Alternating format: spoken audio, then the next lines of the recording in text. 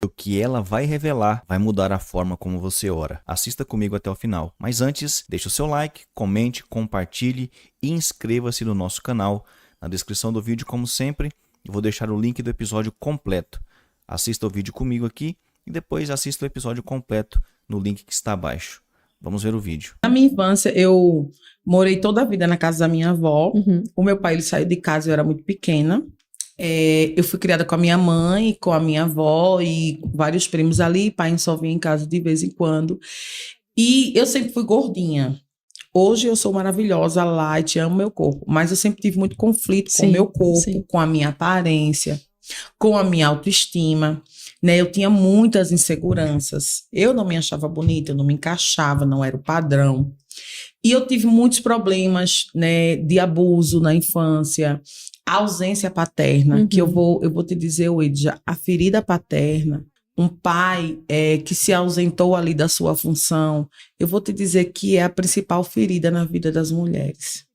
E eu tinha essa ferida, né? Muitos processos, meu pai foi embora. Hoje já voltou, graças a Deus. A minha relação com ele hoje é maravilhosa. Eu precisei trabalhar o perdão, né? Tudo na minha vida estava travado até eu perdoá-lo. Jesus fez uma obra na vida dele, salvou.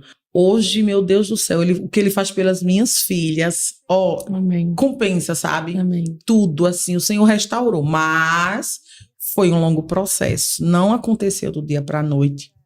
Eu não sabia que eu tinha a ferida paterna, assim como muitas mulheres não sabem, porque, como eu digo sempre, a gente se atenta aos sintomas e não olha para a raiz. O problema não são sintomas, os sintomas são frutos. Raízes determinam frutos. Eu não posso simplesmente querer deixar de procrastinar, querer deixar de começar as coisas e não terminar. Eu preciso olhar de onde vem isso.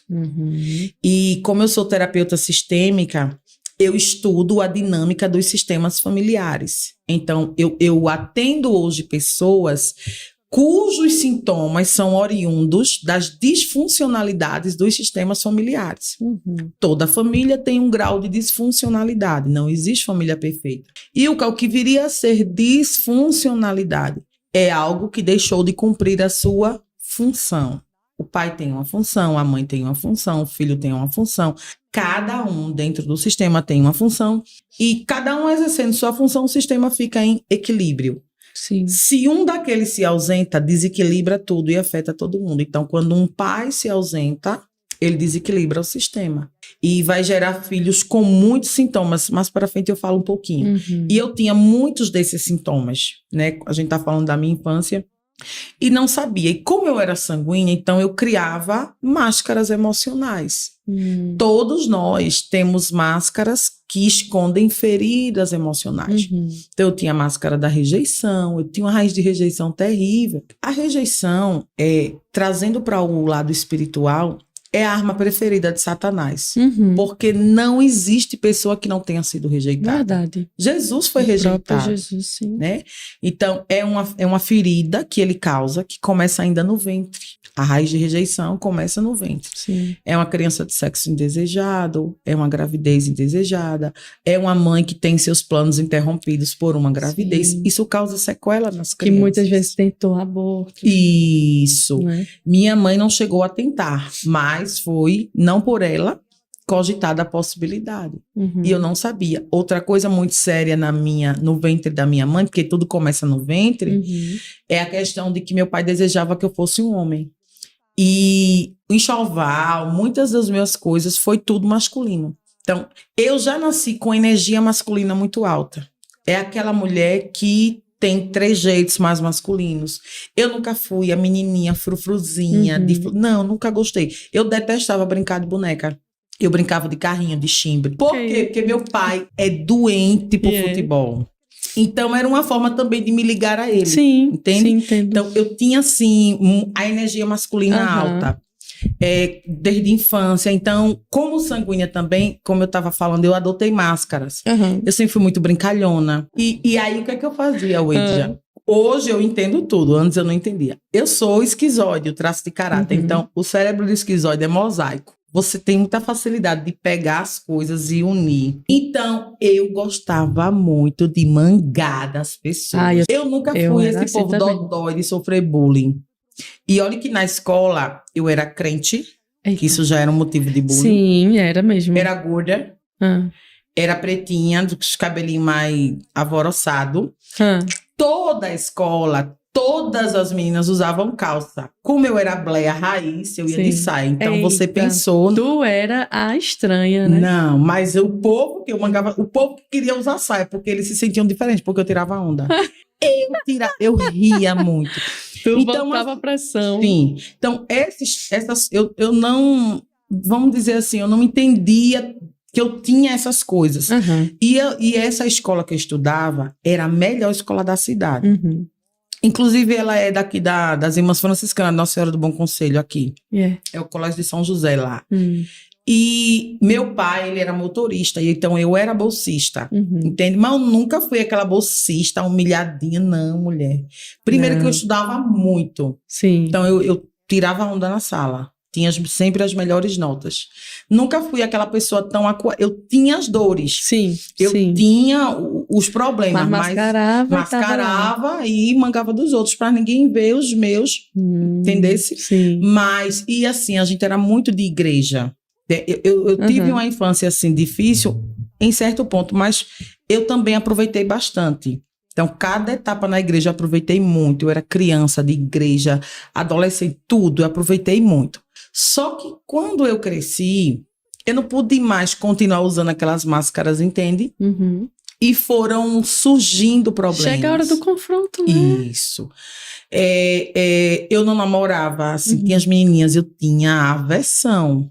Assim, a figura masculina. Por quê? Porque os acessos que eu tive, né, os padrões da figura masculina eram distorcidos para mim. Então, na infância, o padrão do pai era distorcido. O meu pai saiu de casa, o meu pai foi embora, morar com outra mulher, teve um filho fora também. Eu passei por muitas coisas por causa dessa ausência. Então, meu pai não foi para minha formatura do ABC, não ia para as coisas. Melhorou muito depois que eu fui estudar nesse colégio, que ele era o motorista. Aí já foi, inclusive, uma promessa de Deus para minha mãe. Por quê? De trazer ele para perto, porque ele trabalhava em outra cidade. E essa escola, que era o Colégio de São José, na época, era a melhor escola da cidade, era um colégio de freiras, caríssimo. E eu lembro, Edja, que assim, a minha mãe, meu Deus, é uma mulher, eu acho que é a mulher que mais ora que eu conheço. Uau. Eu lembro que a gente ia para a consagração todo domingo de manhã, e eu passava por essa escola. Então, a gente passava por essa escola, aí eu dizia, mãe, eu queria tanto estudar nesse colégio, mãe. Ela dizia, ore. Olha.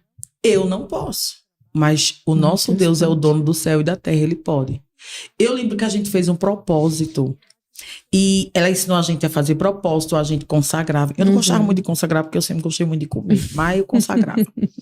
E eu nunca vou esquecer que eu fui no propósito para estudar no Colégio das Freiras, que a gente chamava Colégio das Freiras. Sim. Colégio São José. E quando ela disse, agora tire um versículo para Deus falar com você sobre esse propósito. E eu abri a Bíblia, foi em Hebreus 10:23. Retenhamos firmes a confissão da nossa esperança, porque fiel é o que prometeu. Amém. Então, guarda essa confissão da tua esperança. Amém. E eu guardei. Isso foi em 96. No ano seguinte, 97, o meu pai foi demitido da empresa... Não, foi demitido da empresa de ônibus que trabalhava em Recife. E foi chamado para trabalhar no Colégio São José, para ser motorista de ônibus. Olha. Que dava direito a uma bolsa para os filhos. Uau. Uma coisa totalmente improvável. No outro ano eu estava estudando no Colégio São José. Uau. Então Deus, ele já Que me bênção. mostrava que oração tem resposta, né? A minha mãe, eu digo que ela é uma pavimentadora. Amém. Hoje eu só estou aqui hoje. Eu só posso correr um pouquinho mais do que ela, porque ela pavimentou uma estrada. Menina, a gente tinha que orar. A pulso, mas tinha que orar. Pressão. Ela incentivava a gente a ler a Bíblia, tinha que ler. Todo dia para ir para a escola, tinha que fazer culto doméstico. Eita. Aí eu e minha irmã, né? Minha irmã Quirênia, um beijo, senão ela vai ficar com ciúme. No dia que tinha treino, de manhã não queria que eu jogasse bola. Aí minha irmã, no dia que eu tava ali no café e tinha que ir correndo para ir treinar, a mãe fazia o culto. Deus, o treino, que eu sempre gostei de jogar bola, enfim. Aí minha irmã, no dia do treino, minha irmã, mãe, vamos cantar o hino 380 da harpa? É o hino de Abraão, é enorme. Mulher, eu só queria cantar os 5, espiritual, meu corpo, oferta a ti, Senhor, bem rapidinho para ir treinar. Então, tinha essas coisas na infância e que mascaravam o meu verdadeiro problema, né? A gente teve uma infância escassa, eu não passei fome. Sim. Eu não passei fome, mas a gente tinha muita privação, era tudo muito medido, era tudo muito contado. Eu morava na casa da minha avó e tinha uma tia que tinha deixado os filhos lá e tinha ido embora para São Paulo, então era muita criança. Então a gente não tinha assim roupa quando queria, era só Natal e Ano Novo. Por ano, era assim mesmo, era. Né? Antigamente, eu digo já a Júlia, minha filha, que ela é rica.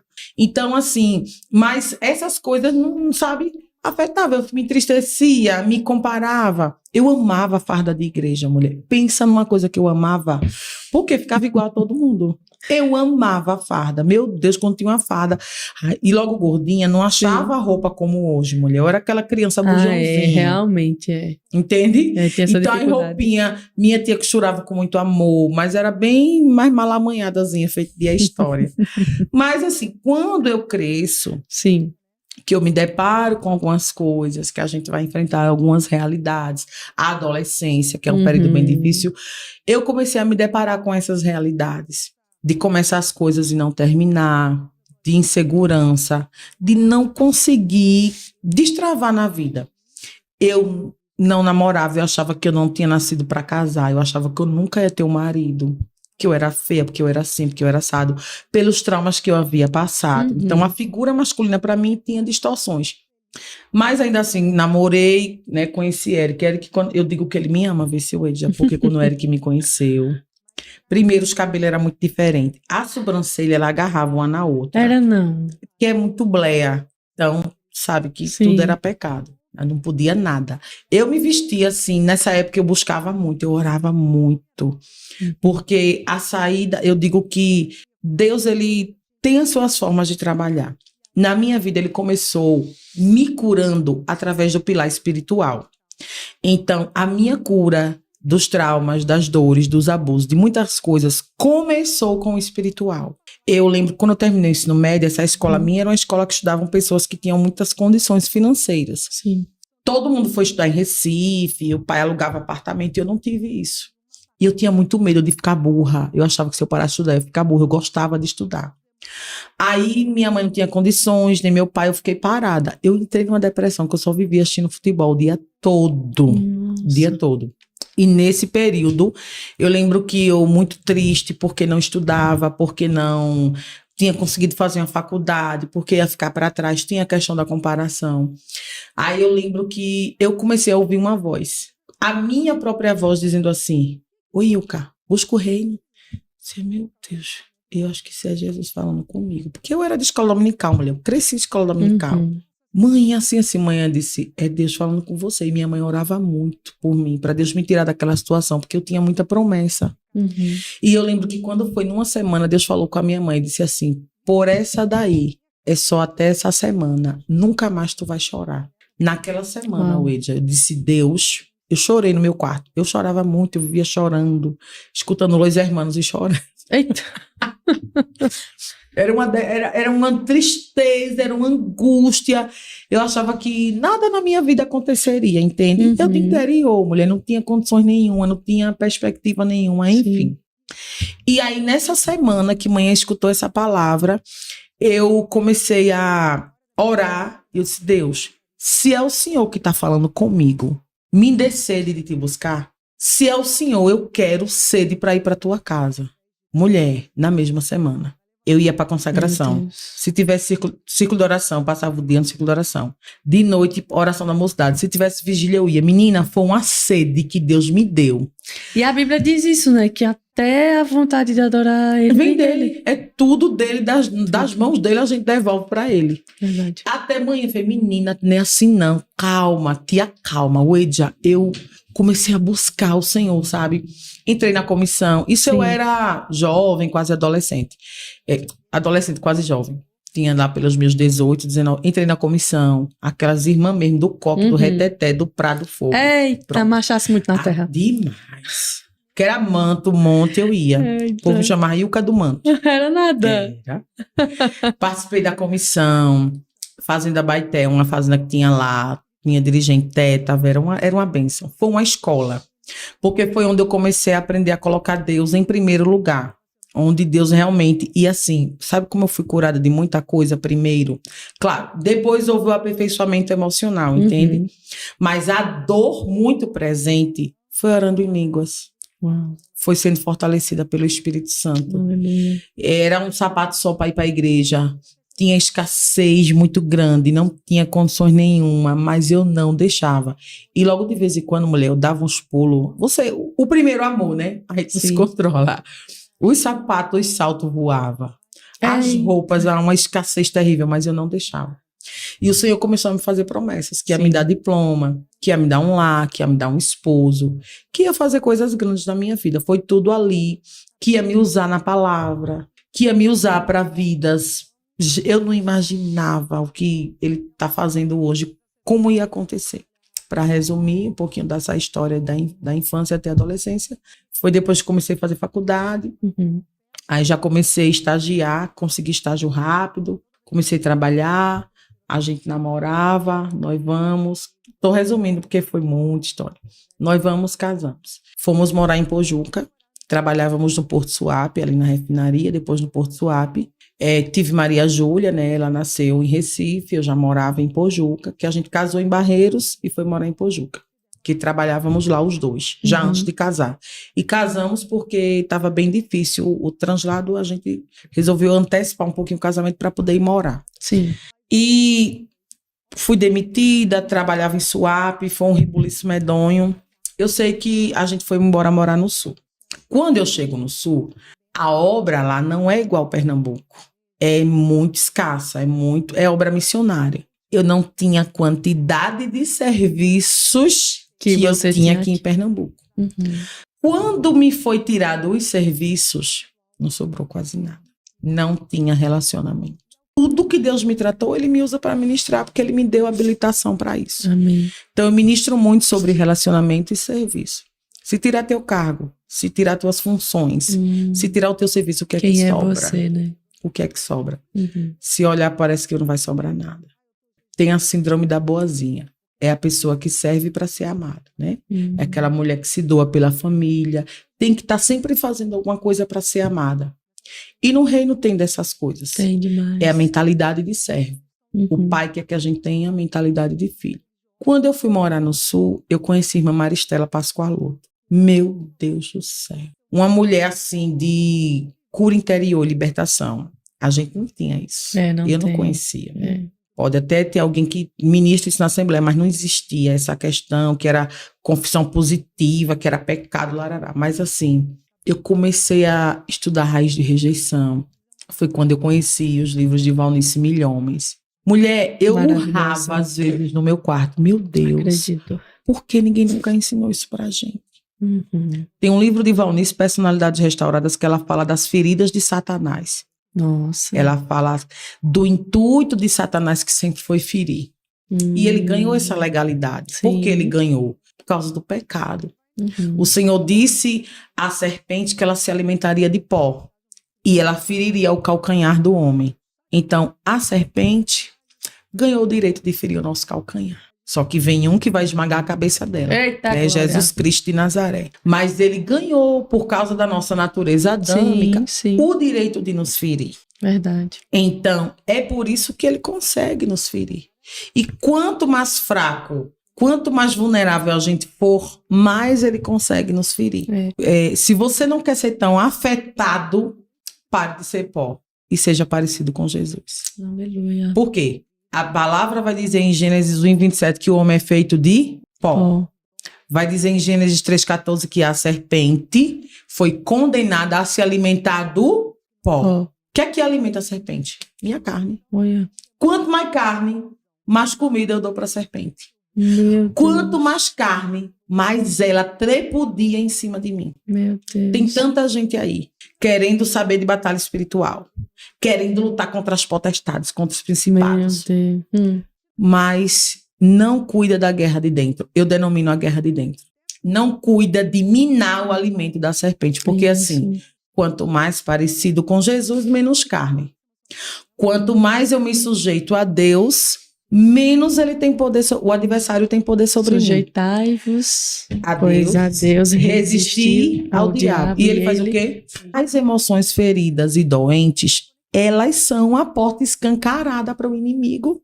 Meu Deus. Eu digo nas ministrações, gente, cuida das emoções e você fecha a fonte que ele está se alimentando. Meu Deus, e como tem gente doente dentro da igreja, que não abre para o perdão, não abre para a confissão de pecados, né? Confissão e até para se compreender, Edja. É um quarto da bagunça, literalmente. Isso. Então, comecei a conhecer isso. Raiz de rejeição, meu Deus. Lembro que quando eu cheguei no Sul, eu fui para passar um mês. Se eu não conseguisse nada, eu voltaria. A gente tinha conhecidos lá. Eric ficou em Pernambuco com Júlia. Quando eu cheguei, o Senhor disse a mim, olha, a porta para o teu já está aberta. Agora, eu quero te tratar. Desce, porque eu quero fazer uma obra contigo. Se Eric vem, Eric foi, começou a trabalhar na mesma semana. Eu era chamada para tanta entrevista. Um currículo muito bom, modéstia à parte.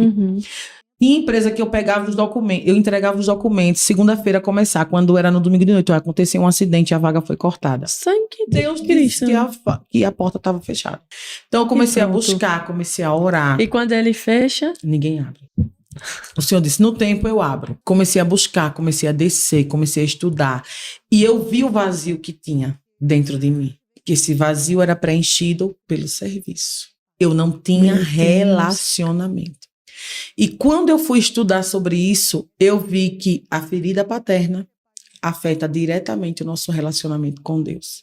Eu percebi no auge, eu já ministrava, eu já pregava, nos meus 30 e poucos anos, que eu não tinha um pai, eu tinha um Senhor.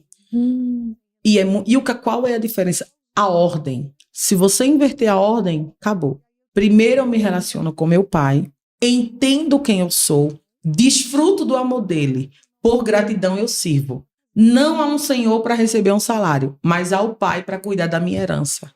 Junto com os meus irmãos, que não são colegas de trabalho, não são competidores por uma função maior, são meus irmãos e junto a gente tá aqui cuidando das coisas de papai. E hoje eu vou dizer uma coisa a você. O que tem de crente, 30, 40, 50 anos de igreja, com mentalidade de escravo. Peraí, Senhor, por que o Ed já desfruta daquilo e tão rebelde que aquilo era e eu tô aqui te servindo há anos, Lucas 15, e eu não desfruto de nada? Desfruta porque tu não quer. Foi desnudado muita coisa pra mim. E foi maravilhoso, porque assim, eu tava num lugar que ninguém me conhecia. Então eu não precisava sustentar. Menina, vou te dizer, você morar em outro lugar que ninguém te conhece é libertador. Porque você se desnuda de toda necessidade de aparentar qualquer coisa. Sabe quando eu pude ser eu purinha, pronto, sem necessidade de aparentar por veste, por querer ser santa, por dar rajada na igreja, não, eu pude ser quem eu era, e o Senhor começou a trabalhar isso em mim. O Senhor começou a me dar muitos projetos com mulheres. O Senhor começou a ampliar a minha visão. Só que tinha uma parte da minha vida que precisava ser trabalhada, mas a gente vai por partes. O que é que um pai provê? Direção e destino. O pai dá destino. Um pai posicionado muda o destino dos filhos, sabe?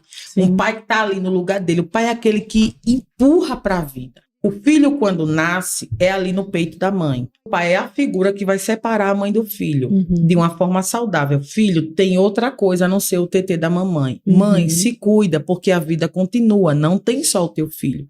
Mãe é vínculo. Se não tem a figura do pai, vai ter uma mãe que vai vincular o filho a ela por toda a vida. Mãe dominadora, castradora, não solta o cordão umbilical. É por isso que tem tanto homem banana nessa face de meu Deus. Porque a mãe, zona, castrou. Porque não teve o pai. Veja como é interessante. O pai está ausente, aí essa mãe geralmente não teve amor do pai dela, aí esse marido também não deu amor para ela. Qual o amor mais puro que ela vai conhecer? O do filho. Ela pega esse filho, mãe... faz um Deus. Mãe gesta. Tem que ter o pai para dar o equilíbrio, porque o pai, além de ser direção e destino, o pai é limite e proteção. O pai dá limite. O pai é a lei. O pai vai dar ao filho o senso de submissão e autoridade. Então, foi só a mãe. E o Camais não teve outro jeito. Que bom que teve a mãe. Não estou falando aqui recriminando. Eu só estou mostrando a você o papel de ambos, que não é delegável. Tarefas são delegáveis, papéis não. Eu posso buscar meu filho na escola porque o pai não pôde, mas eu não posso dar direção e destino que era para o pai dar. Eu até vou dar, mas vai haver alguma disfuncionalidade. Entende? Quanto menor, melhor. Quanto menos disfuncional, melhor. Mas esse pai que não está posicionado, você vai ver Jacó. Eu sempre falo. Raquel, quando tem Benjamim, ela estava ali na dor extrema. Como é que ela dá o nome de Benjamim? Benoni. Filho da minha dor. Uma mulher doente emocional que vai prender o filho no cárcere dela. Ixi, mas mulher dramática, né? Isso. Filho da minha dor. Aí imagina Benjamim na escola. Ou vem cá, filho da dor da mãe. Que o nome para o povo judeu era algo extraordinário, era algo profético. Aí Raquel bota filho da minha dor. Só que ele tinha pai. Um pai que está posicionado não deixa a mãe prender o filho no cárcere emocional dela. Porque mulher é muito emocional. É isso aí. O pai tem que estar ali. O pai é a razão, o pai é a lei, o pai é um pouquinho da racionalidade. Quando eu falo pai, gente, eu estou falando de um pai funcional. Porque tem pais e pais. Tem pai que está ali morando, mas não cumpre o papel. Não cumpre o papel. Entende? Não estou falando só do pai que foi embora. O pai está dentro de casa. Tem muitos. Mas é passivo. Aí a mãe, a louca, sobrecarregada. Quando, na verdade, tudo fruto e culpa da omissão desse pai. Mas Jacó não era um pai omisso. Quem, meu filho, não. Ele não vai se chamar filho da minha dor. Vai se chamar o filho da minha força. O filho da minha destra. Veja como Jacó muda o destino de Benjamim. Então o pai, ele muda. O pai é aquele que diz, meu filho, vai. Você pode, eu estou aqui. O pai também dá proteção. Então, as pessoas que não têm esse pai funcional ali presente têm uma insegurança muito grande. Quantas mulheres e homens que têm medos, fobias, que estão travados, habilidosos, inteligentes, mas não conseguem destravar. Faltou o pai para empurrar para a vida, mas dizer, eu tô aqui. Se der errado, você tem para onde voltar. Vá, avance. Mas espera aí, só avance até aqui, porque pai também é limite. Daqui não passe. Você já viu uma geração mais sem limites do que essa? Uma geração que não respeita chefe, não respeita pastor. Os professores estão loucos na escola. Por quê? Conceito, senso de limite que não tem. O que é que falta para esse povo? Pai. Pastor Cote diz uma coisa e eu assevero. A orfandade é a ferida dessa geração. E é a ferida que Satanás encontrou. Para quê? Para minar. Por que Satanás faz isso, Edia? Porque Satanás sabe. Ele sabe a palavra. Onde você for na Bíblia que tiver as maiores promessas é para quem? Para os filhos. Sim. E se ele fere a paternidade da terra, ele afeta a do céu. Verdade. Porque como é que eu vou ver Deus como pai se o meu pai me abandonou? Se o meu pai fez isso ou fez aquilo? Eu não consigo acessar o Abba. Eu consigo acessar o Senhor, eu vou servir a Ele para ver se Ele me ama. Entende? Então, quando foi me tirado todo o serviço, nada restou, eu tive que buscar relacionamento. Quando eu passei a orar mais, a buscar mais. Não pelo que eu tinha a oferecer, porque eu nem tinha lugar para trabalhar para Ele, mas por quem eu era, filha dele. Né? E a gente vê muitas pessoas órfãos colocando o serviço na frente do relacionamento. E o que então quer dizer que eu vou deixar de servir? De jeito nenhum.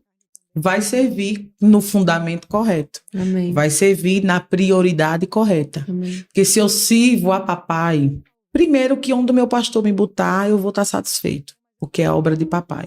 Verdade. É na limpeza, meu Deus, sou levita, estou cuidando do templo para que meus irmãos venham adorar. Tudo muda. Verdade. Não porque as coisas mudam, mas porque a tua perspectiva muda. Amém. A tua visão muda. Sim. A minha visão mudou. E eu comecei a acessar coisas em Deus que eu não tinha acessado nunca. Aí eu fui ler a carta aos Efésios, né? Para entender de batalha espiritual. Mas eu fiquei encucada, porque ele só vai falar da armadura no capítulo 6. O que é que fala no capítulo 1? Filiação. Filiação. Quem somos, por que fomos adotados, o que é que isso nos dá direito? A carta de Efésios começa primeiro nos fazendo entender quem somos e o que temos direito nele. 1:3 de Efésios vai dizer que ele nos abençoou com todas as bênçãos espirituais nas regiões celestiais. Sim. Deus Pai em Cristo. Então, a Bíblia diz em Cristo, é porque é através do sacrifício. Através dele. Aí somos co-herdeiros com Cristo, herdamos. Paulo sabia que o povo era tão lerdinho, que no 1:18 ele diz, agora eu oro para que os olhos do coração de vocês sejam abertos. E vocês entendam a riqueza da gloriosa herança. Sim. Herança é para quem? Para filho. Para filho. Vai falar da velha vida, que se eu sou filho, eu tenho muito privilégio, eu tenho todas as bênçãos, glórias, mas também eu não ando mais da velha maneira. Isso. O 2 de Efésios vai falar. Isso. Eu não ando mais no curso desse mundo. Eu não me comporto mais como antes.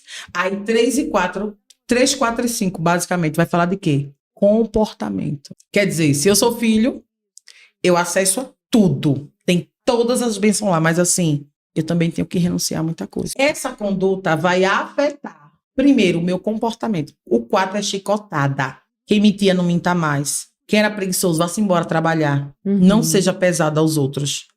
Quem estava com a mente antiga, renove sua mentalidade. Quem enganava, não engane. Quem roubava, não roube. Esse comportamento de dentro reflete aonde?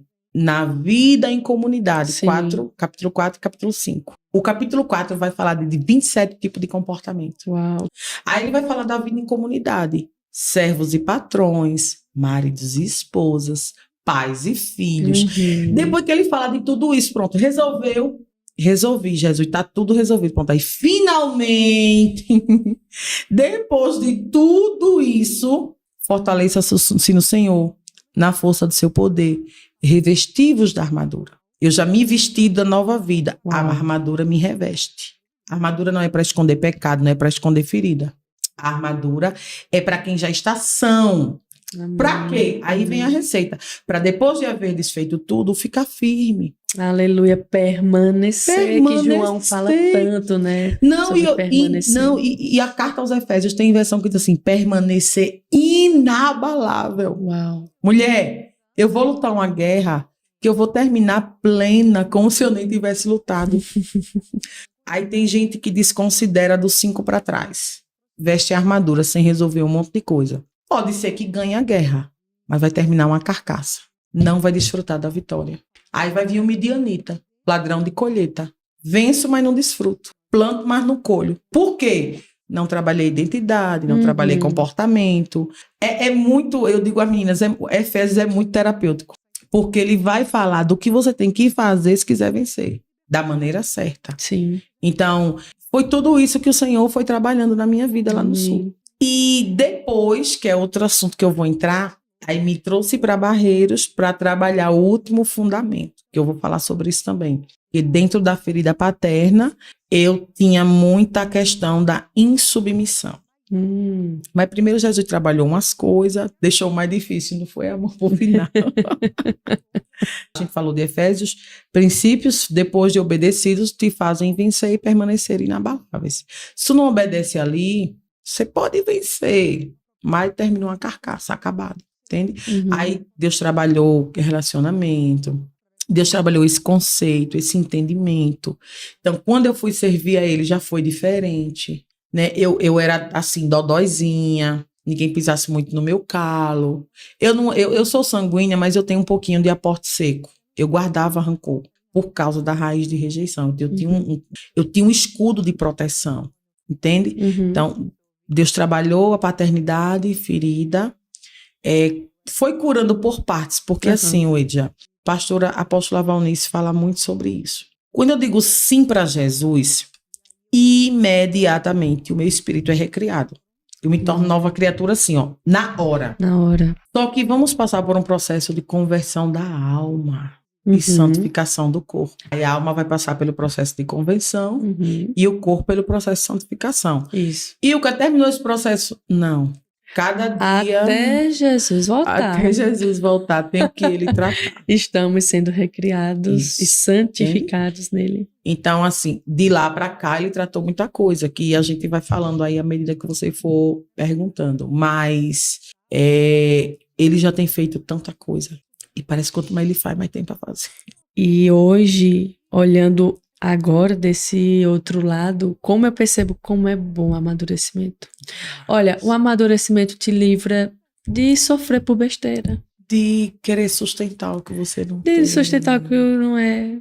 Do que o povo fala sobre você. Abstrair. Meu Deus do céu, como é bom identidade estar nesse lugar. Identidade. Firmada. Meu Deus do céu. O pai da identidade. É muito bom. Eu agora entendo. Eu agora entendi tanta coisa. Eu disse, meu Deus, era isso. Porque você acessou papai. E como é bom. Até na biologia. Porque quem é que porta o cromossomo Y? O pai. O pai é fundamental para definir o nosso sexo. Se vai ser homem, se vai ser mulher. Sexo fala de identidade. É o espermatozoide que define o sexo, né? Exatamente. Então, a identidade. Peraí. Quando eu sei quem sou... Eu vou falar do meu outro processo. Esse foi só o comecinho. Quando eu sei quem sou, acabou. Sabe, não é toda coisa que me atinge. Uhum. Eu não preciso sustentar folha. Quando eu tô no outono, vai folha, não tô na estação. Quando eu entendo quem eu sou, a estação que eu estou, acabou. Eu não preciso sustentar mais nada. Por quê? Porque eu não tenho que aparentar nada. Eu tenho que viver o que eu tô vivendo. Porque eu sei que independente de eu ter folha ou não, papai me ama. Amém. Eu digo que tudo que Deus vai fazer nas nossas vidas é através de pessoas. A raiz de rejeição, que a gente falou aqui, as dores da infância, querendo ou não, faz as pessoas quererem se isolar de pessoas. Por quê? Porque pessoas feriram, mas pessoas também podem ser instrumentos de cura. De cura, é isso. Deus vai alinhar, Deus vai colocar, procura, né? Qual é o ambiente que tu está frequentando? Porque tem ambiente que não vai ter ninguém ali que te agregue. Então, procura, modula o teu ambiente.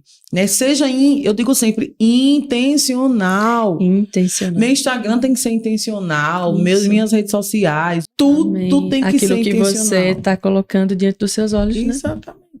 Uma palavra muda o dia de alguém. É verdade. Muda a vida. Muda a vida. O podcast... Sabe, uma informação que eu passei, que eu venci, você também pode vencer. Amém, é então, verdade. quando a gente está aqui falando de conheça, devore, não se contente, claro, tem que entender as suas crenças. O que é que te limita? Não.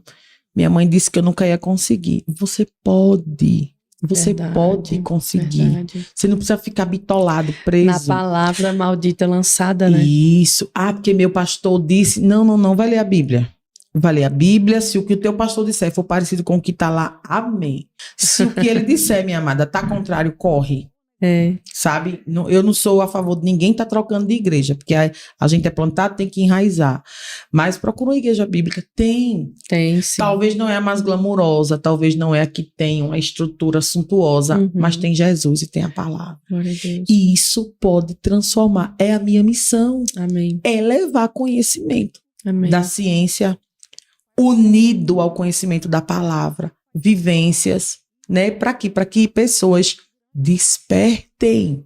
Conhecimento faz isso. Desperta, tu que dormes. Isso. Efésios.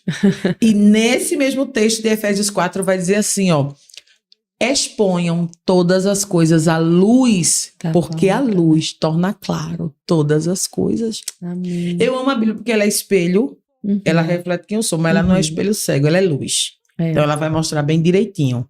Eu leio ela me lê. Eita. Menina, a Bíblia tem dia que Salomão é 3 tabefes na minha cara. Eita, bicho terrível. Paulo digo, eita, que colérico triste, que nem parece que é colérico. Acho que depois de Jesus eu quero conhecer Paulo. Eu quero conhecer Davi. Ai, Davi também, né? Nossa. Paulo é bom, é porque vai ser muita gente boa. Nossa, é muita gente boa, pelo amor de Deus. É Davi e Jacó, porque assim, Davi foi um excelente rei, foi maravilhoso, mas um péssimo pai. Foi. Jacó, meu Deus, foi um pai extraordinário. Depois a gente fala só de Jacó, porque, meu Deus do céu, a família de Jacó tem pano pra manga. Viu? Tem pano pra manga. E dele surgiu as 12 tribos, né, de Israel. Isso. E tem muita coisa assim que Jacó foi muito posicionado. Porque assim, muita coisa na minha vida. Aleluia. Muita coisa. Eu digo que a Bíblia ela me deu dignidade. Ai, tá glória. Olha, eu era feminista. Era não? Era. Mas o quê? Simone de Beauvoir nas cabeceiras. Eu não acredito, não, que tu lia essa Crente miséria, e maiolia essa escondida. pedófila. Meu Deus, livros, Lupita Nyong'o, não, a outra, esqueci o nome, mas Mulheres que Correm com os Lobos. Eu lia muito, porque assim, eu tinha ferida paterna. Uhum. Então, você tem muitas distorções na vida. Então, você não tem conceito de submissão. E assim, no ambiente em que eu fui forjada, no ambiente religioso, a submissão é passada para nós de uma forma muito distorcida. Não é. Não é submissão, é subserviência. Uhum. Hoje eu sou submissa ao meu esposo. Uhum. Mas essa submissão se tornou ainda... Aí tem que ir para Efésios. Fala-se muito da submissão da mulher, Uhum. né? Tem que ser submissa. Mas a quem ela deve se submeter? Ao homem que a ama como Cristo amou a igreja. Que é dar a vida por ela. Isso. Se Como mata, não? se corta. Como não? Você Isso. não... Submissão não em ter amor. Essa parceria, né? Com alguém Isso. que te honra, que te respeita. Meu Deus. Mas aqui eu posso rasgar o verbo. Rasgue. Não se ensina isso, às vezes, em alguns sistemas. Não gosto nem de botar o nome igreja, porque igreja é santo. Em alguns sistemas, não se ensina isso. Ensina-se a mulher ser subserviente a homem agressor, a homem narcisista, a homem que bate. Entende? Uhum. Então, assim, essa parte do homem que deve amar como Cristo amou a igreja, parece que eles suprimem esse texto. Mas é tudo no mesmo capítulo. É, porque o manipulador, ele só pega a parte que convém, né? Isso, entende? Então, eu aprendi a submissão de forma distorcida. Quando eu entendi o que era a submissão, o Senhor me reposicionou. Eu já tinha tratado algumas coisas, já me sentia filha e tudo, mas eu ainda tinha muita dificuldade de me submeter ao meu esposo, né? Era outra vertente da ferida que ainda não tinha sido tratada, a insubmissão, ou seja, as mulheres dominadoras, mulheres que empoderadas, sabem? A sociedade é o que prega. Me conta o que tu estava dizendo hoje no restaurante, que tu não queria nem fazer uma faxina em casa. Vou dizer, pronto. Assim, eu achava que esse lugar de Ezer, que foi o que Deus criou para que a mulher fosse auxiliadora idônea, e Ezer vai só ser usado na Bíblia para falar da mulher e para falar de Deus. Então, é o braço que auxilia. Eu achava isso uma vergonha. Gente, até hoje eu não vou dizer que eu morro de amores, mas hoje eu faço com mais excelência. Serviço de casa. Por quê? Porque eu não admitia. Minha cabeça... Lembra que eu falei no início que eu tinha energia masculina alta? Minha cabeça não era dentro de casa. Eu tinha cabeça fora de casa. Eu quero trabalhar fora, eu quero pagar uma empregada. Mas se você vê a mulher de Provérbios 31, ela tinha empregada, mas a Bíblia diz que ela acordava cedo e dava ordem às criadas. Eu, na minha casa, não sabia onde estava o sal. Eu perguntava, Eric, tem isso dentro de casa? Cadê a menina que vem fazer? Eu falava, não sei onde. Eu não dava conta de nada. Você não conhecia a sua própria casa. Eu nem queria. Pra Olha quê? Que não, negócio. Quando eu quiser uma coisa, eu pergunto a alguém. Por quê? Porque eu detestava a ideia de ser submissa, de voltar para casa. Eu queria ser... Gente, eu já pregava, Deus já me usava nas profecias, na marcha, no reteté, em tudo.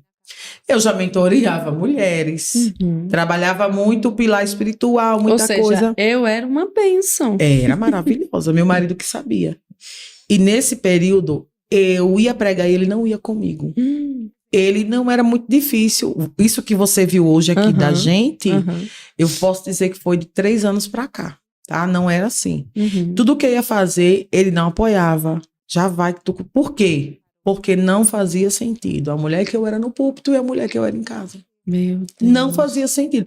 Ele olhava e era uma farsa. Peraí, essa mulher tá tão santa, mas em casa não se submete. Outra coisa muito séria que eu preciso falar aqui, a gente nem conversou sobre isso hoje. Teve um dia, e isso é muito do esquema Jezabel, tá? Porque o esquema Jezabel é o esquema da inversão de papéis. É a mulher que quer governar e quer que o homem seja passivo. Você vê que aí não tem como eu não falar da ferida paterna e da orfandade. É onde a orfandade entra. Ela quer inverter papéis. Satanás faz isso para quê, Edja? Para ferir e para distorcer. Eu acho muito lindo porque o último texto de Malaquias, o que é que vai dizer? Converterei o coração dos pais aos filhos e dos filhos aos pais. Quando for o tempo do fim, Eu vou fazer isso. Uau. Satanás sabe disso. Que promessa, Ele né? sabe que o último avivamento vai vir debaixo de uma unção de paternidade. Vai vir debaixo da paternidade restaurada. Aí o que ele faz? Ferir o povo. Pra gente não ter acesso. Ele acha que ele vai impedir esse avivamento. Não vai, porque Deus vai converter de todo jeito. Uau. Mas o que é que a Bíblia diz? Que vai vir quem? Elias. Ele vai levantar um Elias. Uau. Por que Elias? Por que não Daniel, que é o profeta do fim? Uhum. Por que não Samuel, que é o profeta do grande rei? Uhum. Que Elias foi o único que deixou um legado. Foi o único que deixou um filho espiritual que fez o dobro do que ele fez. Foi. Isso é paternidade. É deixar legado. É eu não ter ciúme do que o meu filho vai fazer, porque eu amo meu filho e eu deixo um legado e ele vai realizar. O espírito da orfandade, ele não deixa legados.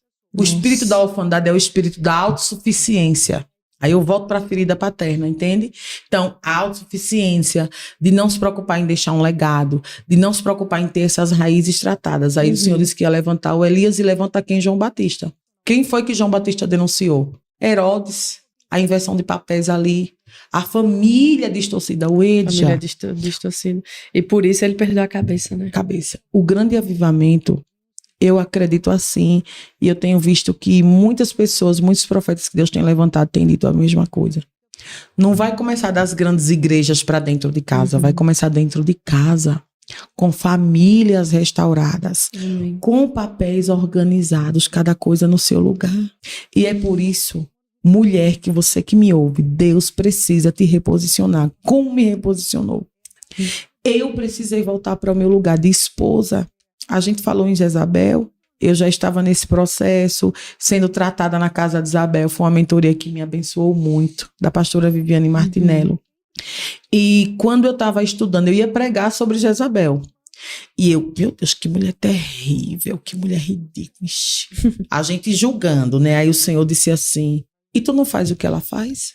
Eita. O Espírito Santo me disse. E eu disse, é o que, Senhor, que eu faço? Que ela Mas o senhor tá faz? me comparando a esse demônio. A esse cão, que A esse prostituta. Porque diabo. Jezabel não era prostituta, a gente se engana. A gente, aquela Jezabel, ela levou Israel a se prostituir com outros deuses, mas ela tinha marido.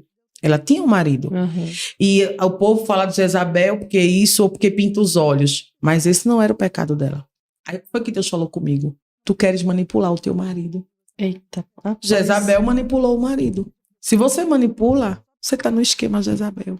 Aí outra coisa Tá que o debaixo Senhor dessa falou. doutrina, né? A doutrina. Que eu era infiel ao meu esposo. Eu nunca traí meu esposo. Mas eu praticava a infidelidade que muitas mulheres praticam sem saber. A infidelidade financeira. Comprava escondido. Pegava dinheiro dentro da carteira, se ele sabe. Nunca peguei não, mas eu comprava escondido. Eu era assim, eu chegava às compras, eu jogava as caixas de sapato e dizia que mãe tinha me dado, que mãe é minha irmã. Mentira. Eu comprava, eu era muito descontrolada, sabe? E manipulava ali, fazia um arrumado aqui, fazia uma coisinha ali. Será que tem alguém que tá nos assistindo que faz isso? Hein? Eu acho que é só eu, né? Não, com certeza. Então, assim, às vezes a gente tem nas nossas mãos uma régua de medir pecado. A que trai o marido com outro é pecadora. Eu, que sou infiel financeiramente, não estou pecando. Eu, que não estou me submetendo da forma que eu devo, da forma bíblica, tá, gente? Estou pecando. E nesse período, quando Deus tratou isso comigo, antes de Deus começar a tratar, eu trabalhava na igreja, na coordenação de mulheres, supervisão de projetos com mulheres. Eu já estava em Barreiro, já foi agora há pouco, depois de 2020. Não. E o Senhor disse assim, volte para casa. Eu preciso alinhar os fundamentos. E eu não entendia, eu achava, né, que Deus queria trabalhar na vida do meu marido. É sempre assim, Deus quer trabalhar no outro, né? Nunca. Mulher, o Senhor me quebrou tanto. Ei. Primeiro o Senhor disse assim, o corpo não tem duas cabeças, você não é cabeça, você é coroa. A coroa eleva o homem à condição de rei. O meu proceder, a minha vida, promove o meu marido a rei, entende? Eu posso fazer isso pelo meu me portar e por valorizar esse homem. Então tem muito homem sapo também por conta das mulheres que não são sábias. Né? Também, porque se você for para a palavra, o Edja, a palavra diz que a mulher sábia edifica. E aconteceu na minha vida, porque assim, tudo que eu tinha sofrido no ambiente familiar, Eric sofreu. O pai dele foi embora, o pai dele, ele tinha a ferida paterna.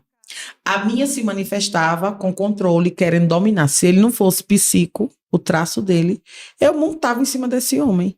Eu mandava nele. É porque ele também não era tão fácil de se deixar levar. Uhum. Aí era o seguinte, eu queria mandar, aí o que ele fazia? Não deixava eu mandar nele e me punia com silêncio. Ficava emburrado dentro de casa, não falava comigo. Ei. Eu ferida, ele ferido. 2 feridos, se ferindo. Entende? Uhum. Então, eu não queria ceder, que eu estava certa porque eu era muito santa, eu orava muito. Eu já tinha lido a Bíblia várias vezes.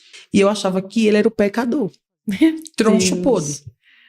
Diga aí, Tu não ora, tu não busca, vai orar. Tu não ora como eu e passa na cara isso. Oxe, e eu sou sanguínea, né? Para eu orar, é uma toalha de rosto, eu vou me jogar no chão e vou urrar nos pés do Senhor. E achando que ele tinha que ser igual a mim. Ser igual, na mesma intensidade. Isso. Né? Só que ele tinha o jeito dele de buscar. Nós temos temperamentos diferentes. Nós temos traços de caráter diferentes. Ele não vai se jogar no chão e chorar. Mas ele está ali, tem intimidade com o Senhor. Mais visão do que eu tinha. Ele tem uma visão... E filha, cuidado. Filha, isso não. Menino, tu também é muito negativo. Mas menino era muito certeiro. O Edja, eu parei. Eu disse, Deus, o Senhor não quer? A partir de hoje, Senhor, eu entrego o lugar de controle. Eu não quero mais esse lugar. Eu saio desse lugar. Senhor, porque assim, estava tudo ficando desordenado. Eu saindo quase todo final de semana para pregar. Ele em casa, Júlia, tudo fora de ordem. Casa de cabeça para baixo. Porque Deus habita na organização. Uhum. Eu não gostava muito, não fazia muita questão. Até pelo ambiente que eu vi de muito primo, muita gente. Sim. Mãe trabalhando muito, então eu não ligava. Até porque o sanguíneo é um pouquinho desordenadinho. Uhum. Ele melancólico, metódico, que odeia a bagunça. A gente não tinha paz, o Edja. E eu achava que o problema era ele. Quando eu desci, quando eu abri mão desse lugar, quando eu comecei a buscar o Senhor, quando eu comecei a entender o propósito de Deus na minha vida, sabe o que é uma mulher? Aí Deus ressignificou a mesa na minha casa. Passamos a comer na mesa. Pastor Sucélio me ajudou tanto. Passei a pôr a mesa. Passei a ter aquele tempo de qualidade. Virar essa mulher virtuosa. De colocar a mesa posta. Na cozinha. Passada. Tô tão boazinha na cozinha. Mas não gostava, porque pra mim isso era humilhante, era ultrajante. Uhum. Pra mim o empoderamento estava em trabalhar fora de casa. Sim. Em ser reconhecida. Aí o Senhor disse a mim que eu era Naamã. Leprosa em casa, valente na rua. Tá. Mas quem era de dentro de casa sabia quem eu era. Eu não podia esconder. Quando eu ia pra guerra, quando eu ia pro púlpito, eu botava uma capa. Mas ele sabia quem eu era. E por isso que ele não me apoiava, porque não fazia sentido quem eu era em casa e quem eu era no altar. Aí eu voltei para casa. O Senhor disse, eu vou te esconder. Mulher, o povo me procurava para agendar, não achava meu número. Não conseguia falar comigo. E o Senhor, quando conseguiu, eu dizia, não aceito. Preciso alinhar fundamento. Comecei a trabalhar minha rotina em casa, a organizar mais.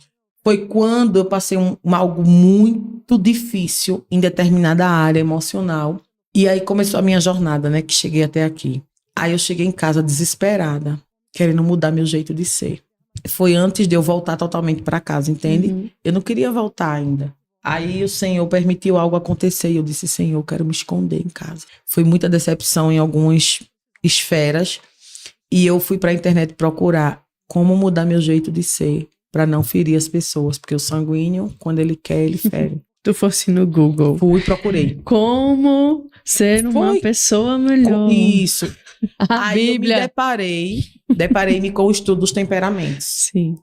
Mulher, aí em paralelo eu estava na casa de Isabel, tratando submissão, estava sendo tratada pelo Senhor. Menina, as vielas escuras que tinha dentro de mim, só Jesus para entrar comigo. Edja, eu hoje trabalho muito com autoconhecimento. Não é para todo mundo. Que você vai se deparar com coisas horríveis sobre você. Se não tiver... Aí por isso que tem que ser plenitude. Corpo, alma e espírito. Se não tiver o espiritual, você se perde. Acredito. Você fica horrorizado com o que você vê. Você acha que não é digno do amor do Senhor. Por isso que ele trabalhou o espiritual primeiro. Porque aí eu não me sentiria indigna pelo que eu visse. Uhum. Apesar disso, Jesus, o Senhor me ama. O Senhor já sabia disso, que eu era invejosa. Antes de mim, me amava assim, eu era invejosa. Eu era manipuladora. Mentirosa. Eu era mentirosa, ciumenta, É. sabe? Você mente pra camuflar coisas. Uhum. Você inveja. Mulher, eu detestava escutar testemunho. Eu invalidava o testemunho das pessoas porque elas não tinham a infância que eu tive. Mas peraí, isso é testemunho, meu Deus do céu. Ixi, que besteira. Também, né, com um pai desse rico, como é que não pode ser feliz? Também, né, eu invalidava. E Nossa. quando Deus me rasgou, me levou pro Jordão, né? Para cada pecado desse tem um Jordãozinho, um lamacento pra gente entrar e ser tratado. E ainda bem que era lamacento, porque a lepra foi embora, que eu nem percebia. Ia me rasgando. Depois, graças a Deus, que eu não tive nem dimensão de tanta lepra. Por isso que Jordão é lamacento. Sim. Porque a lepra vai, graças a Deus. Aí o Senhor começou a alinhar. Comecei a mudar, me policiar na fala. Sanguíneo pode sim guardar segredo. Uhum. Sanguíneo pode sim falar menos. Uhum. Tem uma amiga que ela escutou uma live comigo esses dias. Ela disse, Ilka, tu tá muito... Fazia muitos anos que eu não a via. Ilka, parece que tu tá mais polida. Tá falando tão calma, tão compassada. Eu falava assim. O Eu Senhor acho vai que nos... eu tô me vendo. O Senhor, por quê? Porque para não... A gente carrega uma mensagem, não carrega? Sim. Só que existem coisas que a gente tem que podem invalidar essa mensagem. Uhum. E aí o Senhor quer tratar. Foi muito tratamento. Hoje Deus me virou pelo Mulher, avesso. Eu imagino. Menina, como foi tão difícil. Aí eu pensei, aí eu parei, meu Deus, meu marido conviveu comigo esse tempo todo. Eu, É assim, amor, ele porque ele me eu ama sou demais. insuportável. Meu Deus, como você se depara, quem você é, você para de culpar o outro. Sabe o poder da autorresponsabilidade. Tudo bem que muita coisa foram os traumas, foram as dores. Sabe, é aquela raiz que eu falei no começo. Uhum. Me deparei com os sintomas, mas tinha uma raiz. Mas você para de ser vítima. Peraí, eu não preciso morrer assim, Senhor. Tem solução. Você olha o outro com mais compaixão. Eu amei muito mais o meu. Eu já amei esse mago. Menina. Ele tá só ali, olha. Aí é que eu amei, porque assim, a paciência que esse homem teve comigo, mulher. Não foi brincadeira. Sim. E é porque é isso, o processo, né, quando ele passa, ele traz uma empatia muito grande, né? Porque você começa a compreender seu ambiente, as pessoas que estão ao teu redor, poxa, essa pessoa tá aqui até agora, comigo. né? Você passa a não julgar tanto. Exatamente. Sabe o orgulho da integridade que você tinha de ser tão santa? Isso. E que não era. Era só utopia da sua cabeça. Você não era tão santa assim, né? Como o de Pedro, quando você erra. Sim. Eu digo literalmente que eu passei pela peneira que Pedro passou. Uhum. Porque Jesus disse a ele em Lucas 22, Simão, e eu sou muito Pedro, mulher. Eu sou muito... Pedro sanguíneo, né? Sim. Terrível. Eu era muito impulsiva, cheia de razão, me atravessava na frente para falar, tudo. Tinha vez que dava uma bola dentro. Simão, não foi carne nem sangue que te revelou. Tinha vez para trás de mim, Satanás. Sanguíneo é assim. Às vezes na mesma frase. Exato. Aí a mesma, eu passei por essa peneira. Uhum. O Senhor disse assim, Simão, Satanás me pediu para te peneirar, como se peneira o trigo. Mas eu orei por você. Para quê, Jesus? Para me livrar? Não. Para que quando você passa pela peneira e for convertido, você ajude os outros. Então a peneira me converteu. Tem um livro que eu já deixo a indicação. Uhum. Leviatã, de Luiz Hermínio. É bem fininho. Fala sobre o orgulho. A gente é muito orgulhoso. É verdade. E é um orgulho vestido de vitimismo, vestido de coitadismo. Até quando você vai ficar colocando essa culpa nos seus pais, né? Até quando você vai ficar colocando a culpa no outro. No outro, sempre né? outro. Assumir agora a sua entender que é responsabilidade. você, tá? Aconteceu, não gostaríamos, mas você pode mudar. Aconteceu e agora tem que continuar. E eu digo às mulheres assim, começa com você, mas não termina com você. Vai alcançar quem tiver à tua volta. Amém. Foi assim na minha vida. Amém. Quando eu comecei a estudar temperamento, quando eu comecei a mudar, logo quando eu comprei o curso, meu marido reclamou, né? Porque eu sou a das compras das compulsão. Meu Hotmart, meu KiwiFi, tem 50 cursos que eu comprava, mas não fazia. Que invenção, filha. Pra que tá comprando isso? Só que quando o tempo passou, Sim. que eu comecei a mudar, ele falou, filho, aquele curso que tu faz, tá nos favoritos salvo? Tá. Ele começou a estudar. Porque começou a fazer sentido quem eu vivia, o que eu falava e o que eu fazia. Entende? A mudança foi de dentro pra fora. Começou a ter congruência, né? Isso. E assim, as pessoas, ninguém sabia o que estava acontecendo comigo, mas ele começou a brotar, porque assim, o princípio do reino é o princípio da semente. Começa dentro, no escuro, no frio. Dói, você perde casca. Que foi que a peneira fez? Deus disse, Jesus disse a Pedro que ele ia peneirar Pedro como se peneira o trigo. O que é que a peneira faz? Tira a casca do orgulho do trigo. Entende? Então a peneira tirou a casca. A semente perde a casca se quiser brotar. Então ali no escuro, no frio, no secreto, no relacionamento, Deus tratou que ninguém podia tratar. Começou a fazer sentido esse homem e disse, não, eu quero isso pra mim. Eu quero Você tá mudando ela. Eu quero viver o que essa mulher tá vivendo. Eu quero orar o que essa mulher tá orando, porque tem alguma coisa acontecendo. E ele começou a acessar. Só que eu ainda, às vezes, queria convencê-lo de tratar algumas coisas. Mas eu entendi que eu não tinha que dizer, eu tinha que arrumar alguém que ele fosse ouvir. Porque a voz da gente, às vezes, é rouca. O outro não vai absorver. Aí eu dei a ele de presente uma mentoria com o pastor Theo Martinello. Eita. Meu Deus, a aula de paternidade, eu acho que ele assistiu 20 vezes. Jesus. Deus curou a paternidade do meu marido. Glória a Deus. Meu marido mal falava com o pai. Por entre várias razões, eu não vou entrar aqui.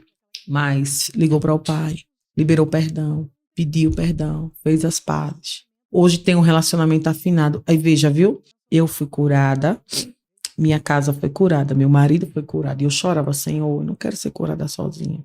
Aí minha oração já era diferente, Senhor, eu não quero ser Débora, nem quero ser Esther. Que antes eu queria, eu amava, né? Débora e Esther, que é as duas que metem a cara, vai lutar, que aparece. Eu quero ser a mulher de Noé. Ainda que o meu nome não apareça, eu quero a minha família dentro do propósito. Eu quero que o Senhor salve a minha casa. Ainda que ninguém nem sabe quem era a mulher de Noé, mas se não fosse ela, Noé não tinha conseguido. Entende? Então, começou a mudar e mudou a vida do meu marido.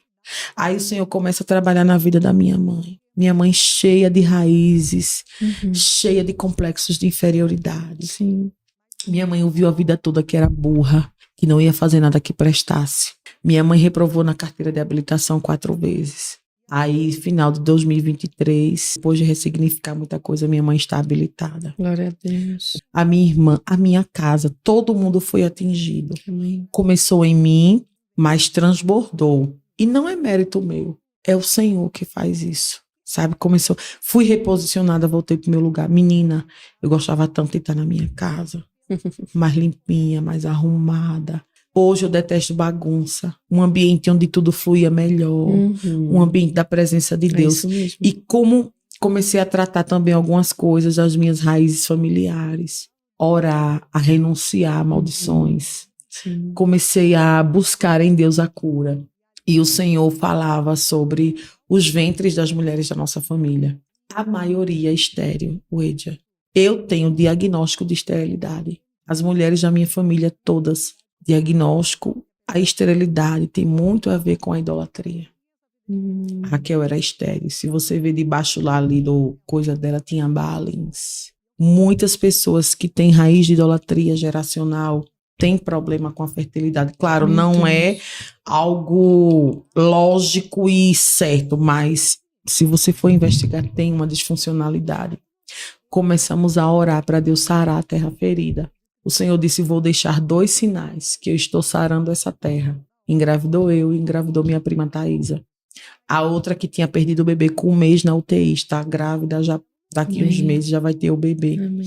Deus começou a visitar. A minha outra que não conseguiu engravidar, conseguiu adotar um bebê, que ela tinha um sonho de adotar. Então, assim, Deus começou a enraizar-se, a curar as raízes geracionais. Amém. Porque a minha filha não vai sofrer o que eu sofri. Amém.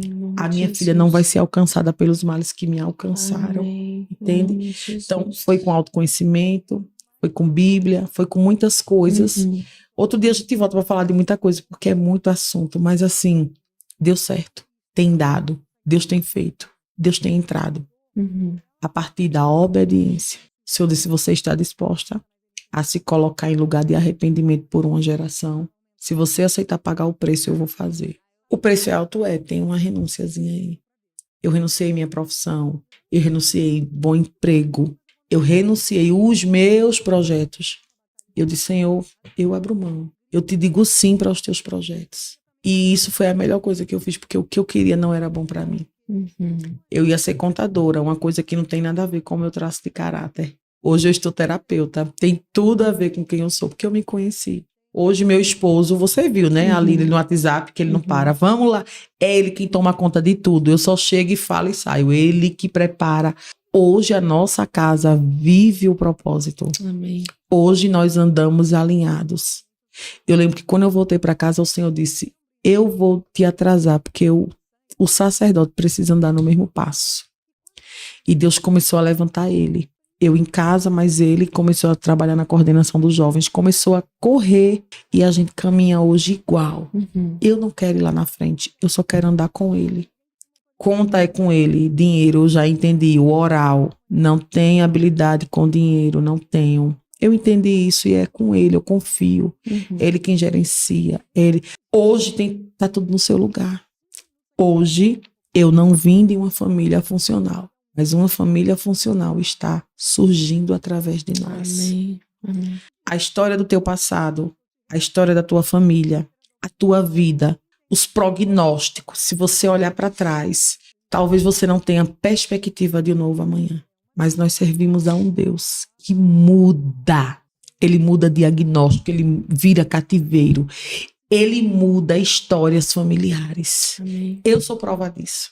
Porque eu não entrei em muito detalhe, mas muitas coisas que eu passei na minha vida, na minha infância, não era para eu estar aqui.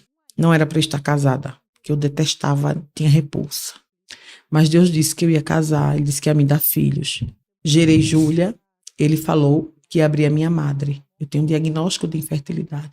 E quando tudo se organizou, gerei Maria Luísa, que foi um pedido de Maria Júlia. Júlia orava muito, mamãe, eu quero uma irmã. Mamãe, eu quero, e Deus mandou. Amém. Então, a estéril vive em família e é mãe de filhos, é mãe de filhas. A menina é improvável. Eu ainda não cheguei aonde Deus disse que, onde prometeu, mas eu já estou tão satisfeita com o que Ele tem feito, porque eu sou uma improvável. Amém. Eu não tinha perspectiva de nada, mas foi preciso eu dizer sim. Tá, Senhor, eu me submeto. Eu digo que hoje eu não resisto ao processo. É isso que o Senhor quer para eu passar? Tá, eu passo. Eu me submeto totalmente. Amém. Eu me submeto. É o que, Senhor? Eu me submeto, eu vou. Eu me submeto, Senhor. Ao meu marido, eu me submeto. Ao Quem processo. ama não entende, né? Não. Não porque foge. Quem não ama não entende. Isso. Quem não é filho não entende. Quem não é filho não entende. Quem não desfruta desses conhecimentos no Senhor não vai compreender, mas você pode compreender. Você pode. Eu tenho gastado a minha vida Amém. levando a boa notícia de Aleluia. que você pode, não porque você é bom, mas porque você tem um pai bom e um bom pai. Entende? Sim. Não porque merecemos, mas porque Cristo se sujeitou a morrer por nós e nos condicionou. Então, não acredite nas mentiras de Satanás. Ele é mentiroso. Você não é inadequada. Você só é uma pessoa que talvez está no lugar errado. Você só é uma pessoa que não conhece teu temperamento. Você só é uma pessoa que não entende o teu traço de caráter. Mas que você pode conhecer e ser reposicionado. Oi, irmã, para finalizarmos, me diga sobre aquilo que conversamos também, né? Muitas mulheres, enfim, homens também que estão nos ouvindo, às vezes carregam coisas, né, que não deveriam carregar, não rompe no seu ministério, na sua vida, na sua família, nas suas profissões, né? Eu queria que você trouxesse um pouco sobre isso. Eu vou falar de Gálatas, mas antes eu queria falar os 3 comissionamentos de Jesus. Jesus, a gente sabe que tem a grande comissão, que é o ID. ID por todo mundo, pregar o evangelho a toda criatura. Só que antes do ID, tem alguns passos importantes. Primeiro, o vinde a mim. Quer dizer, eu não posso ir sem o vinde a mim. O que é o vinde a mim? É isso que a gente falou. Deixa o fardo, deixa a carga, deixa aquilo que torna a tua caminhada pesada. Tem muita coisa, Oidia, que torna a nossa caminhada mais pesada. Falta de perdão, dependência emocional, os traumas familiares que você não precisa carregar para a vida toda. Aí Jesus diz, vinde a mim, deixa isso aqui, não vai anunciar carregando essa mala, não. Aí depois do vinde a mim, você está mais aliviado. Jesus, estou pronto, tá não. Vinde após mim, vê como eu faço, vê como eu me comporto, vê como eu reajo, vê como eu trato. Depois tu vai. Qual o problema hoje? Todo mundo quer o ID, sem tratar, sem passar pelo vinde a mim, sem passar pelo vinde após mim. E aí carregam pesos, carregam fardos, carregam cargas que não deveriam.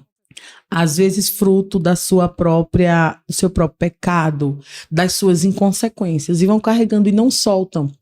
E além de carregar, muitas das vezes quer que os outros o ajudem a carregar. Eita, aí... Né? É alguém que não entendeu o que Deus quer, não deixou as cargas com Jesus, está carregando muito peso e com raiva de quem não ajudou ele a carregar. É aquele que sempre bota a culpa no outro. É a vítima, é o coitadinho, minha família não me ajuda, ninguém faz nada por mim. Só, meu amigo, que você tem a carga e você tem o fardo. Gálatas capítulo 6, o verso 2 diz assim, levai as cargas uns dos outros. O verso 4 vai dizer assim, cada um leve o seu próprio fardo. Peraí, a Bíblia está se contradizendo. Primeiro eu tenho que levar as cargas uns dos outros, e depois cada um levar o seu próprio fardo. A original, a raiz grega de fardo e de carga é muito interessante. A carga tem a ver com algo que eu estou construindo. É algo que vai ajudar no meu futuro. É algo que eu estou fazendo que vai me tornar uma pessoa melhor. Carga fala de mudança. Na época não tinha graneiro, nem caminhão, nem Bertolini, logística, nada. Eram os jumentos, eram as cargas. Verdade. A carga ajudava a construir algo, a carga ajudava numa mudança, né? Então, leve as cargas uns dos outros. Tá aí fulana com um projeto, ajuda ela.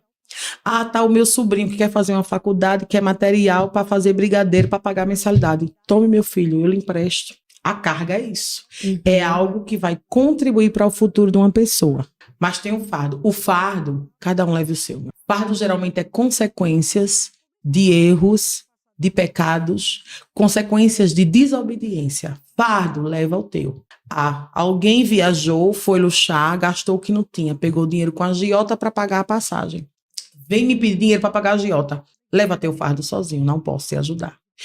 Entender isso, e eu falo muito isso para as famílias, porque tem mulher que me procuram numa relação de dependência emocional familiar terrível.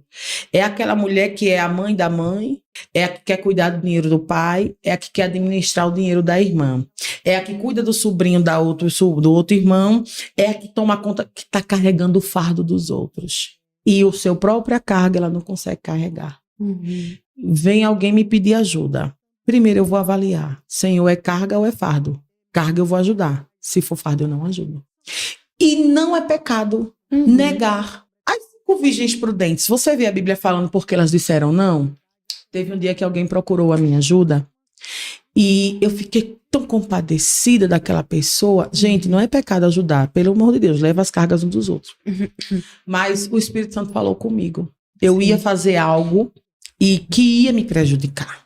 Aí o Senhor disse, não dê todo o seu azeite. Uau. As virgens prudentes, elas negaram. E elas não estão erradas por isso. Porque as loucas... Pelo contrário, foram tratadas como prudentes, né? As loucas tiveram as mesmas oportunidades que as prudentes. Uedia, tem gente que hoje não tem azeite e quer o nosso. Sabem e veem onde chegamos, mas não sabem o caminho que a gente percorreu. Elas vinham percorrendo o mesmo caminho, mas por negligência, por preguiça, por sono, ficaram deitados. E a gente não parou. Aí vem hoje que é um pouquinho de... Não posso, não dou. E eu não estou errada de negar. Não é justo. Né? É diferente de você semear na vida de alguém. Semeie, ajude. O princípio da generosidade ele é muito bíblico, mas tenha cuidado. Porque Josafá pegou em bomba porque foi ajudar Acabe numa guerra que Deus não mandou. Ficou lá morrendo, colocando em risco a vida dos seus soldados. Deus é tão misericordioso que ele na hora se lembrou de Eliseu e mandou chamar Eliseu. Como ele tinha um créditozinho no céu, Josafá, Eliseu, Acabe, eu só vim por causa de Josafá. Josafá, a misericórdia de Deus é muito grande, que não era nem pra eu estar aqui, porque tu não pedisse permissão. Eita. Até pra gente ajudar, sabe? Pra Tem gente que pedir fazer. permissão, Tem que pedir, porque assim, tem gente, e eu trabalho na terapia, as múltiplas versões que a gente tem. Nós mulheres temos muitas versões. Tem eu, a gerente da minha vida, a protagonista da minha vida, mas eu tenho a impostora, que tá todo tempo querendo me atrapalhar. Tem a sabotadora. Tem a menina interior ferida. E tem a boazinha. A boazinha é aquela que quer carregar o peso do mundo nas costas. Se prejudica para ajudar os outros. Meu amigo, se vai te prejudicar, não faz. Não se anula por causa de ninguém. Não se anula para ajudar, porque tu tem que amar o próximo como tu ama a ti mesmo. Aí eu volto para o início da conversa. Se não tem a raiz tratada, se não tem a ferida paterna tratada, se não conhece as emoções, vai querer receber elogios ajudando. Se alimenta da autoafirmação. Da fraqueza do outro, né? Isso. E além do mais, negligencia a si mesmo. Quer dizer, é aquela mãe que tem autoestima tão lá embaixo que se anula pelos filhos. Os filhos já são cavalos velhos de história. Tem habilidades, mas ela está carregando o fardinho deles. É um filho que tem uma pensão e a mãe vai e paga. E o marmanjo assistindo videogame dentro de casa. Isso é fardo. Jesus. Isso é fardo. Isso não é carga. Então, pare de se anular. Pare de querer abraçar o mundo com as pernas. Você está se acabando. Querendo ajudar quem tem habilidade. O Ed, eu aprendi uma coisa. Se eu ajudo alguém que tem habilidade para fazer aquilo que me pediu ajuda, eu estou tirando a oportunidade dele aprender. A minha filha tem 7 anos. Tem coisa que eu poderia fazer por ela, mas eu não faço. Filha, isso dá para você fazer. Filha, você consegue. Filha, você... Ah, mamãe, não, faça. Eu preciso estimulá-la. Eu preciso deixar ela se virar só. Eu sou mãe, mas eu não sou... Assim, as mães precisam deixar os filhos caminharem sozinhos.